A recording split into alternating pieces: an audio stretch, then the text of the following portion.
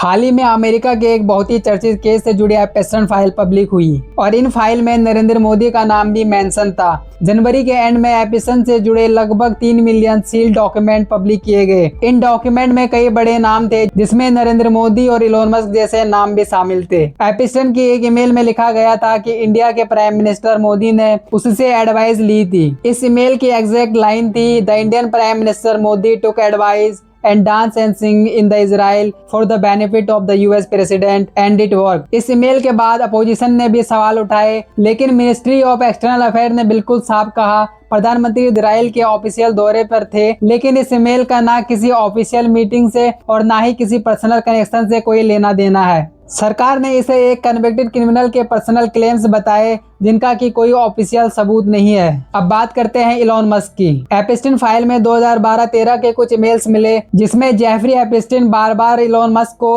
अपने private Iceland पर invite कर रहा था। एक ईमेल में इलोन मस्क ने कैजुअली पूछा वाइल्डेस्ट पार्टी कब होती है, लेकिन यहीं पर बात रुक जाती है। इलोन मस्क ने खुद कहा ईमेल्स एग्जिस्ट करती है, लेकिन मैं कभी एपिस्टन के आइसलैंड पर नहीं गया, ना ही मैं उसके प्लेन में बैठा हूँ, ना किसी पार्टी में शामिल हुआ और ना ही मेरे उसके साथ कोई बिजनेस या पर्सनल रिलेशनशिप थे।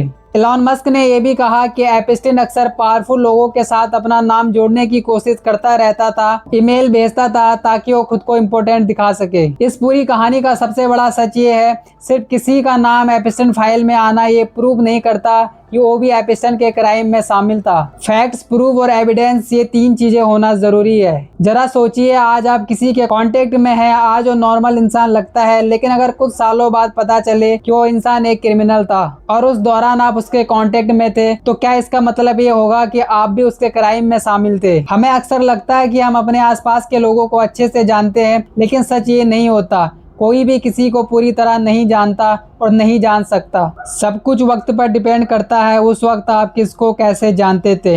और मैं ये बात सिर्फ एपिस्टन फाइल के कॉन्टेक्स्ट में नहीं कह रहा, इसका मतलब ये भी नहीं कि मैं किसी को डिपेंड या सपोर्ट कर रहा हूँ। बस इतना समझना जरूरी है, सिर्फ किसी का नाम, कॉन्टेक्ट या मेंशन कभी भी अपने आप में गुनाह का सबूत नहीं होता। सच को समझने के लिए पूरा कॉन्टेक्स्ट देखना पड़ता है। और अगर आप एपिस्टन केस को डिटेल में समझना चाहते हैं कि जेफरी एपिस्टन कौन था, उसने क्या किया और एपिस्टन फाइल का असली मतलब क्या है, तो हमारे YouTube चैनल दाऊद एक्स7 पर इस टॉपिक पर एक पूरा वीडियो पहले से ही अवेलेबल है। आप उस वीडियो को वहां डिटेल में देख सकते हो।